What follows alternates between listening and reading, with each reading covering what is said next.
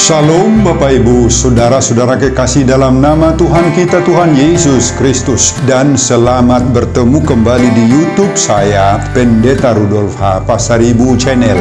Dengan dan lewat channel ini saya komit untuk senantiasa menyebarkan pengajaran firman Tuhan, karena saya percaya berlandaskan Yesaya pasal 55 ayat 11 bahwa firman Tuhan yang saya dan Bapak Ibu, saudara-saudara semuanya juga ikut sebar lewat apapun, termasuk lewat video ini, tidak akan kembali dengan sia-sia, tetapi akan bekerja sendiri lewat kuasa dan berkat urapan Roh Kudus. Mari Bapak Ibu, saya ajak semuanya membantu saya untuk menyebarkan pengajaran firman Tuhan, khotbah di pertanggiangan minggu ke-8 sesudah Trinitatis 30 Juli 2023. Terambil dari kitab 2 Korintus pasal 13 ayat 5 sampai ayat 13, dan bacaan dari Kejadian pasal 28 ayat 10 sampai ayat 22. Diikat oleh topik atau tema Allah yang menyertai dan melindungi. Dalam bahasa Batak Toba dituliskan padonganion dohot pangaramotion ni debata. Saya baca untuk kita, simaklah pembacaan firman Tuhan berikut ini. Khotbah kita terdiri dari dua perikop. Perikop pertama pasal 13 ayat 1 sampai 10, nasihat-nasihat terakhir. Perikop kedua pasal 10 ayat 11 sampai 13 berisi salam. Khotbah kita mulai dari ayat 5 sampai 13. Ujilah dirimu sendiri, apakah kamu tetap tegak di dalam iman. Selidikilah dirimu, apakah kamu tidak yakin akan dirimu, bahwa Kristus Yesus ada di dalam diri kamu. Sebab jika tidak demikian, kamu tidak tahan uji. Tetapi aku harap bahwa kamu tahu bahwa bukan kami yang tidak tahan uji. Kami berdoa kepada Allah agar kamu jangan berbuat jahat, bukan supaya kami ternyata tahan uji, melainkan supaya kamu ini boleh berbuat apa yang baik, sekalipun kami sendiri tampaknya tidak tahan uji. Karena kami tidak dapat berbuat apa-apa melawan kebenaran. Yang dapat kami perbuat ialah untuk kebenaran. Sebab kami bersukacita apabila kami lemah dan kamu kuat. Dan inilah yang kami doakan, yaitu supaya kamu menjadi sempurna.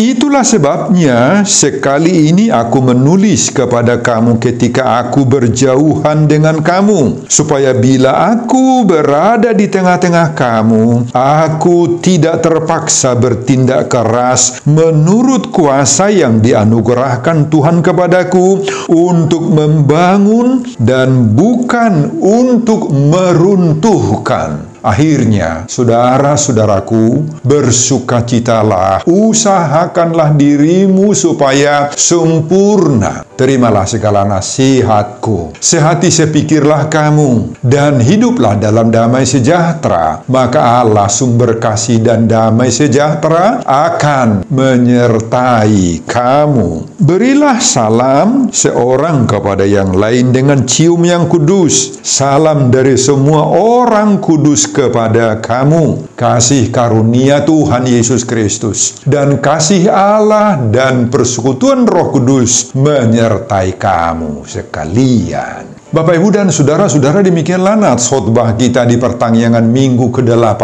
sesudah Trinitatis 30 Juli 2023, dihubungkan dengan topik atau tema minggu, Allah yang menyertai dan melindungi. Saudara, mari kita kenali kota Korintus. Kota Korintus adalah sebuah kota kosmopolitan. Korintus merupakan kota yang sangat-sangat ramai. Kota perdagangan dengan dua pelabuhan besar yang bernama Kenkrea. Sekarang itu disebut Kechries. Dan satu lagi pelabuhan bernama Lehayon yang terletak 8 km dari kota Korintus. Di kota Korintus banyak tempat-tempat yang bisa mempengaruhi kehidupan moral. Antara lain, di kota Korintus terdapat kuil Dewi Afrodit yang dijadikan sebagai tempat persundalan kudus namanya. Juga terdapat banyaknya klub-klub malam yang menyediakan transaksi seksual, sehingga berakibat buruk, menyebabkan mudahnya orang jatuh pada perilaku amoral. Selain pengaruh lingkungan yang menyebabkan kehidupan orang Kristen di kota Korintus ini riskan terbawa arus dengan perbuatan-perbuatan yang menyimpang dari kebenaran atau kehendak Allah, jemaat Korintus saat Paulus mengirimkan surat 1 dan 2 Korintus ini sedang diterpa dengan konflik internal. Saudara, jemaat ini sedang menghadapi pro kontra, perselisihan, dan ancaman perpecahan. Kalau kita baca surat 1 Korintus pasal 1 ayat 11 dan 12, ada yang pro Paulus. Yang lain menyebut dirinya pro Apolos, pro Kepas. Bahkan ada yang pro Kristus. Saudara, keadaan ini sangat berpengaruh buruk dan fatal sekali pada semua sendi-sendi kehidupan beriman di Korintus. Jemaat Korintus kini hidup saling mencurigai, saling menuduh satu dengan yang lain, menganggap diri masing-masing benar dan orang lain yang salah, yang berakibat timbulnya gap, jurang pemisah sesama jemaat. Nah, Paulus melihat iman jemaat di Korintus ini tidak berkembang sama sekali, gersang, kerdil, atau dalam bahasa Batak Toba disebut itu marpekpeng, marmet-met. Tidak bertumbuh, malah semakin mengecil, mengerdil. Tidak ditemukan lagi gairah iman. Dalam bahasa Batak Toba, gurasa nihaporsiaon. Tetapi sebaliknya makin melempem, melep. Saudara, pada 2 Korintus pasal 2 ayat 4, keadaan jemaat Korintus yang seperti ini sampai-sampai menyebabkan Paulus sangat berduka cita. Paulus menuliskan, "Aku menulis kepada kamu dengan hati yang sangat cemas dan sesak, dan dengan mencucurkan banyak air mata." Saudara, Paulus begitu terbeban sekali dengan keadaan jemaat Korintus ini. Sampai-sampai Paulus dikatakan di sana cemas, sesak, dan mencucurkan air mata. Sedih sekali. Saudara, pada nats khotbah kita pasal 13 mulai dari ayat 5 ini, Paulus memberi topangan kuat agar iman jemaat jangan sampai mati, tetapi bangkit. Untuk itu Paulus membekali jemaat ini dengan beberapa pengajaran yang sangat-sangat penting. Pada ayat 5 dan ayat 6, Paulus mendorong mereka agar mau menguji diri. Apa masih tetap mereka tegak dalam iman? Ini harus diuji. Ujian iman inilah yang membuat mereka agar tetap tahan uji. Pada ayat 7 sampai 9, Paulus memanfaatkan peranan doa untuk memberi topangan bagi jemaat Korintus. Doa itulah yang memberi kekuatan dan tahan uji. Pada ayat 10 dan 11, Paulus mendorong mereka agar tetap mau bersuka cita, sempurna, dan sehati sepikir, penuh dengan damai sejahtera. Pada ayat 12, Paulus mendorong mereka saling mengasihi, ditandai dengan saling memberi ciuman kudus. Ciuman ini adalah adat orang Yahudi untuk memberi salam penghormatan kepada orang lain. Kemudian pada ayat 13, Paulus mengakhiri nasihatnya dengan memberi garansi penyertaan dari Allah Bapa, Yesus Kristus, dan Roh Kudus. Nah, Bapak, Ibu, dan saudara-saudara, apa yang diajarkan oleh Paulus kepada jemaat Korintus ini, itulah juga yang diserukan oleh topik minggu ke-8 sesudah Trinitatis 30 Juli 2023, Allah yang menyertai dan melindungi. Bapak, Ibu, dan saudara-saudara, itulah isi keseluruhan khotbah kita di pertanggungan minggu ke-8 sesudah Trinitatis 30 Juli 2023. Nah, apa pengajaran Tuhan bagi kita lewat khotbah saat ini? Pengajaran pertama, mari kita senantiasa menguji diri dan jadilah tahan uji. Saudara, pada bagian awal khotbah ini, ayat 5 dan ayat 6, Paulus menyampaikan harapan dan nasihat, serta ajakan agar jemaat Korintus ini mau menguji diri, menguji iman. Apakah mereka tetap tegak dalam iman? Ini yang harus diuji. Apakah masih terus tegak, kokoh, kuat dalam imannya? Saudara, Paulus mengajak jemaat Korintus ini supaya mau menyelidiki diri sendiri, menyelidiki hati, menyelidiki pikiran, menyelidiki rohani mereka. Apakah Kristus Yesus masih benar-benar ada di hati mereka? Selain itu, Paulus juga menasihati mereka agar melakukan hal-hal yang baik dan bukan hal-hal yang jahat. Jangan. Paulus berkata di sana, ujilah dirimu sendiri apakah kamu tetap tegak di dalam iman. Selidikilah dirimu apakah kamu tidak yakin akan dirimu bahwa Kristus Yesus ada di dalam diri kamu. Sebab jika tidak demikian, kata Paulus, kamu tidak tahan uji. Ayat 5. Saudara, menguji diri sangat penting bagi jemaat Korintus pada saat itu. Karena apa? Karena sudah banyak di antara mereka yang menyimpang imannya. Sudah banyak yang terpengaruh kepada kondisi setempat. Bahkan sudah sama dengan perilaku orang-orang yang bukan Kristen. Nggak bisa lagi dibedakan. Saudara, menguji dan mengetes diri kita, iman kita ini sangat penting kita lakukan. Nah, ini aplikasinya dalam hidup kita. Sebab banyak bahaya-bahaya yang sudah merasuki diri kita dan kita tidak mampu menyaringnya lagi. Sehingga semua itu merusak kerohanian kita. Terutama apabila kita tidak pernah memperhatikan dengan seksama segala sesuatu yang masuk ke dalam diri kita ini. Saudara, menguji diri yang dalam bahasa Yunani disebut peirazo. Di sini artinya kita harus mau berani melihat segala sesuatu yang ada dalam diri kita, dalam karakter kita, atau dalam perilaku, bahkan dalam pikiran, dalam hati kita. Apakah unsur-unsur yang kotor itu, yang merusak itu masih ada atau sudah tertanam di dalamnya? Apakah ada di sana unsur-unsur yang buruk? Ini harus diuji, dites. Oleh karena itu Bapak Ibu, kita juga diajak oleh Paulus pada saat mendengar khotbah ini. Mari kita tes, mari kita uji. Apakah yang ada dalam diri kita, pikiran kita, rohani kita, hati kita masih berkenan dengan kehendak Allah? Atau sudah terkontaminasi dengan kehendak iblis yang bisa menggiring kita menjadi orang sombong, menjadi orang angkuh, yang egois, yang lemah dalam doa, dalam ibadah juga lemah, malas kita ke gereja, malas pertanggiangan. Saudara, ketika kita berani menguji atau memeriksa diri kita itu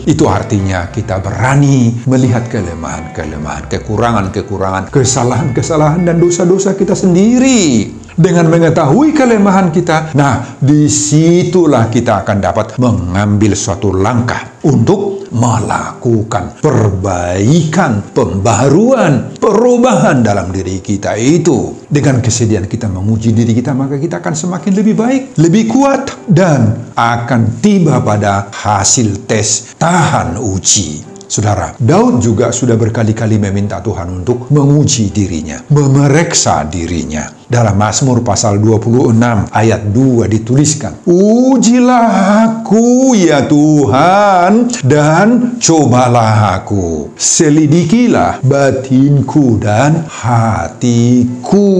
Demikian juga Mazmur 139 ayat 23 dan 24. Daud juga mengatakan di sana, selidikilah aku ya Allah dan kenallah hatiku. Ujilah aku dan kenallah pikiran-pikiranku. Lihatlah apakah jalanku serong dan tuntunlah aku di jalan yang kekal. Nah, Bapak, Ibu, dan saudara-saudara, ketimbang kita mulai sibuk menilai orang lain, maka alangkah jauh lebih baik apabila kita menyelidiki hati kita dulu, diri kita dulu, ibadah kita dulu yang kita cek bagaimana. Apakah dalam diri kita masih tersimpan hati yang mendua? Uji, tes, cek itu Bapak Ibu. Apakah dalam diri kita tersimpan wajah atau ucapan yang hanya kelihatan saja baik, tetapi hati penuh dengan dengki, penuh dengan iri hati, kecemburuan, dan kekotoran-kekotoran lainnya. Cek semuanya Bapak Ibu, cek.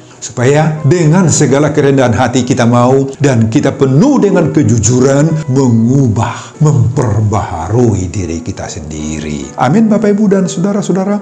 Kita percaya Allah yang menyertai dan melindungi kita. Sebagaimana seruan topik minggu ke-8 sesudah Trinitatis 30 Juli 2023. Pengajaran yang kedua, mari hidup saling topang-menopang dalam doa agar kuat menghadapi tantangan. Saudara, pada ayat 7 dan 9 Paulus menopang jemaat Korintus itu lewat doa-doanya. Bagi Paulus, doa itu mampu memberi kekuatan bagi jemaat, memberi semangat dan topangan agar jemaat yang sedang bergumul itu bisa tahan uji dan mau dan mampu berhasil berbuat baik serta hidupnya sempurna dan bersuka cita. Saudara, pada 2 Korintus pasal 1 ayat 11, Paulus sangat bersuka cita karena doa-doa dari jemaat Korintus itu sangat-sangat menguatkan diri Paulus sendiri. Nah, sekarang Paulus berdoa untuk jemaat Korintus itu. Bapak, Ibu, dan saudara-saudara, kita lihat di sini, Paulus merasa bahwa ia sangat-sangat dikuatkan oleh doa jemaat Korintus yang mengasihinya. Dan pada khotbah sekarang ini, sebaliknya, Pauluslah yang mendoakan jemaat Korintus. Di saat jemaat Korintus itu sedang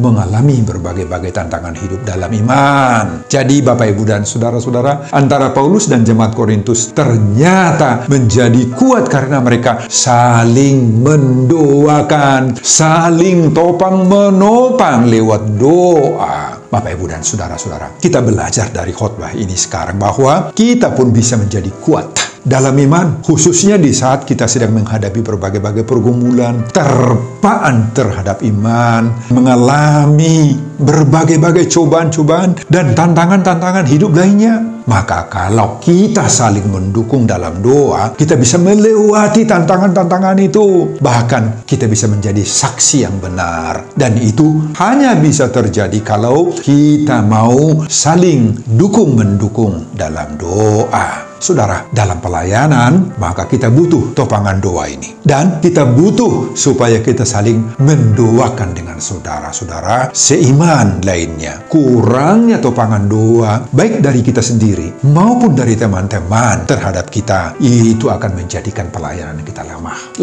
Menjadikan pelayanan kita hambar, Bapak Ibu, dan kurang bersemangat kita melayani. Bisa kita madele putus asa. Nah, saudara, mari kita bertekun dalam doa dan giat untuk saling mendoakan satu dengan yang lain. Khotbah ini mengingatkan kita agar jangan sekali-kali lalai, jangan sekali-kali abai, Bapak Ibu, terhadap doa dalam pelayanan-pelayanan kita. Dan jemaat yang kekasih, saya minta kita juga semuanya bahwa kita juga terpanggil mendoakan para pelayan, mendoakan rekan-rekan sepelayanan, dan doakan juga saya secara pribadi agar bertahan dalam semangat untuk menyebarkan firman Tuhan lewat media sosial ini. Saya butuh doa Bapak, Ibu, dan saudara-saudara kekasihku dalam menyebarkan firman Tuhan ini. Semoga Allah yang menyertai dan melindungi para pelayan Tuhan dan jemaat pendengar khotbah ini sebagaimana seruan topik minggu ke-8 sesudah Trinitas 30 Juli 2023. Pengajaran yang ketiga, hiduplah sehati sepikir dan dalam damai sejahtera. Saudara, sesuai dengan konteks kehidupan jemaat Kristen Korintus saat itu, yang terancam dengan berbagai-bagai perpecahan, pro kontra, dan masalah-masalah lainnya, maka Paulus mendorong jemaat itu agar mau menerima nasihat Paulus dalam dua hal, yaitu sehati sepikir dan hidup dalam damai sejahtera. Saudara, nasihat Paulus inilah juga yang bergema bagi kita saat ini, yang hidup di era zaman yang sangat maju, yakni supaya kita mengaplikasikan kedua nasihat Paulus ini, sehati sepikir dan hidup dalam damai sejahtera. Saudara, tentu saja hidup sehati sepikir ini adalah sesuatu yang pasti sulit sekali direalisasikan. Kenapa? Karena ada banyak perbedaan-perbedaan di antara jemaat Korintus dan juga di antara kita saat ini. Di antara kita saat ini terdapat perbedaan-perbedaan besar. Apakah dalam latar belakang sosial ekonomi, latar belakang tingkat pendidikan, bahkan tingkat kerohanian, banyak perbedaan-perbedaan kita. Demikian juga dalam sikap, dalam perilaku, dalam praktek-praktek keagamaan juga banyak perbedaan-perbedaan di antara kita. Ada atau mungkin banyak yang rajin beribadah, rajin bersekutu, rajin mengikuti perkumpulan, tetapi tidak bisa kita sangkal banyak juga yang tidak terlalu perhatian dengan aktivitas-aktivitas gerejawi itu. Selain perbedaan seperti itu, di antara jemaat kita ada yang berlakon seperti pemilik gereja, sebagai promotor pembangunan gereja, yang dalam bahasa Toba sering itu digelari siswa bulu. Nah, orang-orang seperti ini selalu menempatkan dirinya menjadi orang yang harus didengar. Siapapun harus tunduk kepada usulnya ataupun keinginannya, permintaannya, termasuk para pejabat pemangku tahunan gerejawi, pendeta, sintua, dan lain-lain, harus tunduk kepada mereka. Saudara, dengan kondisi yang seperti itu, bagaimana sikap sehati sepikir dan damai sejahtera ini bisa diwujudkan? Nah, ini pertanyaan. Saudara, tanpa menyangkal realitas yang ada seperti itu semua, nasihat Paulus untuk sehati sepikir dan hidup dalam damai sejahtera ini membutuhkan kesudian kita semuanya. Tanpa kecuali, siapapun kita di tengah-tengah jemaat untuk rela menerima nasihat Paulus yang mengatakan, terimalah segala nasihatku. Nasihat Paulus itu mengandung pengajaran supaya kita mau hidup sehati sepikir, mau hidup dalam damai sejahtera. Saudara, ini kuncinya. Kalau kita mau menerima nasihat, mau menerima anjuran pengajaran Paulus ini, maka kita sudah rela menyatakan diri kita bersedia mengorbankan diri, keinginan, kehendak pribadi kita masing-masing. Kita mau patuh kepada perintah dan pimpinan Tuhan, pimpinan Roh Kudus. Nah, dengan kemauan kita menerima nasihat Paulus, maka kita bisa hidup sehati sepikir dan damai sejahtera. Kita sudah bisa mengutamakan, mendahulukan, mengistimewakan kepentingan Tuhan, kepentingan bersama, kepentingan gereja daripada kepentingan diri kita sendiri. Kita mendahulukan kepentingan Tuhan, Bapak Ibu. Dengan kemauan kita hidup sehati sepikir, maka damai sejahtera juga akan dapat kita realisasikan, kita dapat perjuangkan dalam komunitas kekristenan kita, dalam persekutuan gereja kita. Nah, untuk semua kerinduan-kerinduan itu, sehati sepikir dan hidup dalam damai sejahtera, maka kita percaya dan yakin sungguh-sungguh terhadap seruan topik minggu ke-8 sesudah Trinitatis 30 Juli 2023. Allah yang menyertai dan melindungi. Amin, Bapak, Ibu, dan saudara-saudara. Pengajaran yang keempat, semoga kita senantiasa disertai karunia Tuhan Yesus, kasih Allah Bapa, dan persekutuan Roh Kudus. Saudara, dalam perjalanan hidup kita sepanjang diizinkan oleh Tuhan masih bernafas, masih bisa berkarya, bisa bekerja, bisa mengabdi, maka sangat-sangat butuh penyertaan dari kasih Allah dan karunia Yesus Kristus serta persekutuan oleh Roh Kudus. 3 unsur ini Bapak Ibu sangat-sangat kita butuhkan dalam kehidupan kita. Apabila hidup kita sudah disertai oleh ketiga-tiga unsur ini, maka kita akan sanggup menjalani kehidupan yang berbatu-batu, melewati pergumulan-pergumulan berat. Kita bisa atasi semuanya. Kita tidak akan putus asa lagi. Kita tidak akan bersungut-sungut dan menyalahkan saudara-saudara, bahkan menyalahkan Tuhan lagi. Tidak. Kita akan bersabar dalam kesesakan dan berpengharapan di masa depan. Kita tidak akan merasa diri kita sendirian lagi. Dalam bahasa Batak Toba, dak merasa songot tadiang nahapulo abehita, yakni merasa diri terisolir, terabaikan oleh orang-orang lain, termasuk oleh Tuhan. Dengan penyertaan Tuhan itu, kita akan tetap kuat dan bersemangat meski berhadapan dengan masalah atau tantangan hidup. Tetapi kita tidak akan frustrasi lagi, tidak stres lagi, tidak menjadi daun gadap lagi Bapak Ibu, enggak. Tetapi kita akan kuat dan akan bersemangat. Kita akan berani berkata seperti Raja Daud, sekalipun aku berjalan dalam lembah kelaman, aku tidak takut bahaya sebab Engkau besertaku. Gadamu dan tongkatmu itulah yang menghibur aku. Mazmur 23 ayat 4. Ini juga menjadi seruan topik minggu ke-8 sesudah Trinitatis 30 Juli 2023. Allah yang menyertai dan melindungi. Padongan nion dohot pangaramotion ni debata. Nah, mari kita aplikasikan seruan topik minggu ini dalam seluruh seluk-beluk kehidupan kita.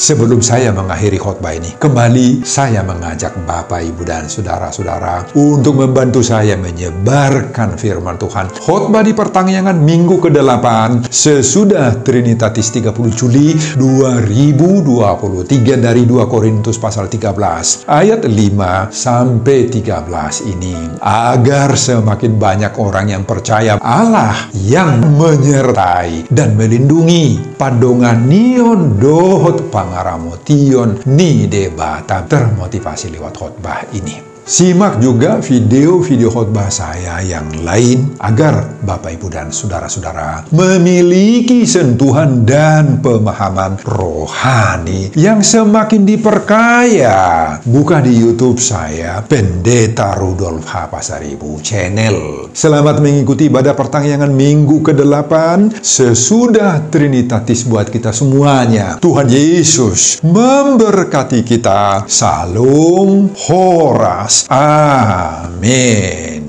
Bapa, terima kasih untuk firman yang mendorong kami supaya kami mau memeriksa, menguji diri kami, supaya kami pastikan bahwa Tuhan Yesus ada di dalam diri kami, memberikan kekuatan. Tolong kami Tuhan, supaya kami tahan uji atas setiap permasalahan pergumulan yang kami hadapi, supaya kami bisa saling tolong-menolong, saling topang-menopang dalam doa, hidup sehati sepikir, dan dalam damai sejahtera. Semoga karunia Tuhan Yesus, kasih Allah, dan persekutuan dengan Roh Kudus itulah yang senantiasa menyertai kami. Dan berkati juga hamba-Mu dalam mempersiapkan khotbah-khotbah berikutnya demi kemuliaan hormat bagi nama Tuhan. Amin.